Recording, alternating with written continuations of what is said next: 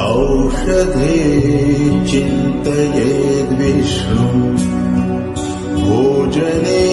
च जनार्दनम् शयने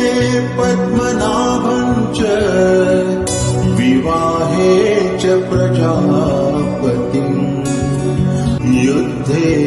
चक्रधरम् देवम् प्रवासे च त्रिविक्रमम्